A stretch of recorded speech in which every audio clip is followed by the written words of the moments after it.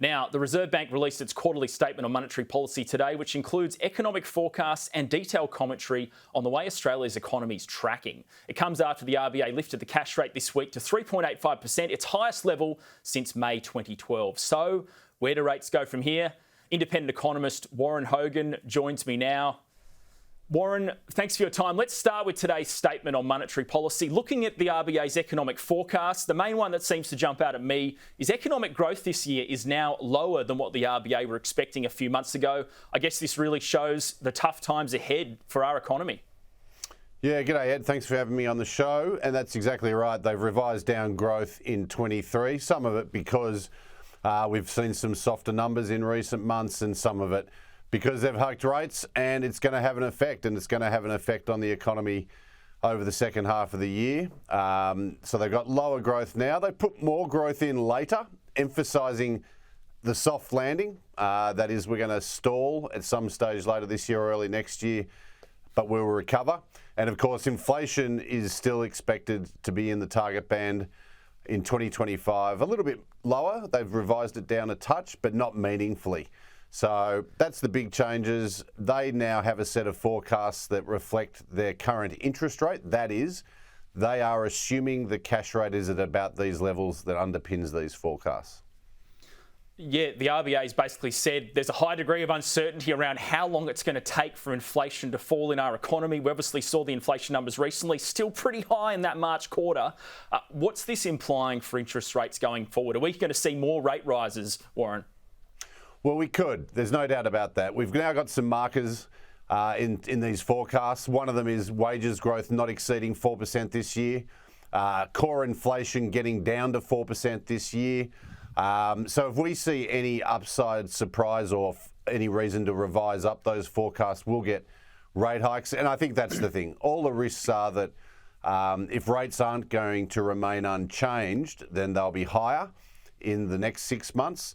And of course, if they don't have to raise rates again, I don't think we should be thinking about rate cuts till the back end of next year for over 12 months because there's still a lot of inflation in the economy. Federal budget that's released in a few days. There's speculation we could get a surplus. How realistic do you think that really is? Well, it's I think going to happen for the year we're in now.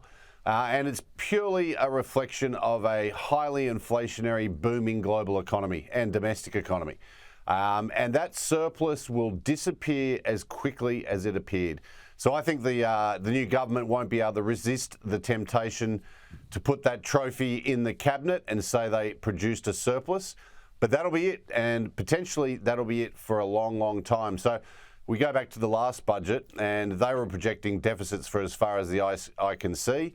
And nothing has changed in terms of that outlook, despite the fact that we might get a surplus for the current financial year. So the focus is really going to be on what do they do about the structural budget deficit going forward. So could be a reasonably good-looking budget now, but the next 18 months looks pretty tough for our economy and the budget bottom line. It does, and these forecasts from the RBA today, and they will more than likely be in line with what Treasury produces next week in the budget, highlight how soft the economy's got to be for the next couple of years to get rid of this inflation. And of course, that's going to be a major headwind to government revenue.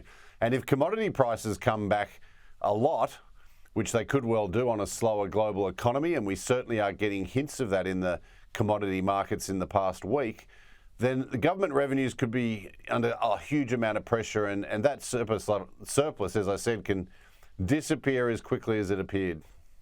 Yeah, you mentioned commodity prices. Those price forecasts obviously key to every budget. They've been badly wrong, though, for years now. Prices are always much better than anticipated. Do you think Chalmers may try and change the ultra-conservative views by the Treasury when it comes to these commodity forecasts? I think it'll be too tempting not to. For example, let's use iron ore. They've been using $55 a tonne as their long-run assumption for more than a decade, and many, many times over the past 10 years have we seen it exceed that. Then they suddenly have all this extra revenue. And I think as part of dealing with the structural budget deficit, you just revise up your long-run assumption for iron ore from 55 to, say, let's call it 65, and that will deliver them billions in extra revenue in the forward projections, which will help improve the budget deficit. So I think it'll be too hard to resist. And I think there's some reality to it. In this transition we're going through, as well as the underinvestment we've seen in many commodities in the last 2 years, I think you could make a strong case for why commodity prices are going to be structurally a little higher than we used to think. So I don't think it's such a bad thing to do if he does it.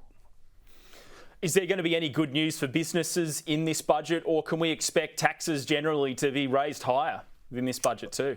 There's no doubt that there's only one way for the overall tax take to go, and that's up.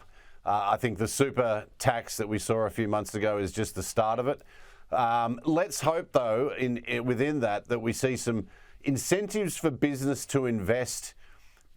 I think there'll be something there on energy efficient machinery and equipment. Let's hope they go further, and let's hope that they really get behind business to be part of this transition. But also, there is a bigger technology game at play here around labour saving technologies, and I think they have to be very careful with getting in the way of business and business investment. So let's hope they encourage investment with some incentives. We'll just have to wait and see. Warren Hogan, great to have you on the show as always.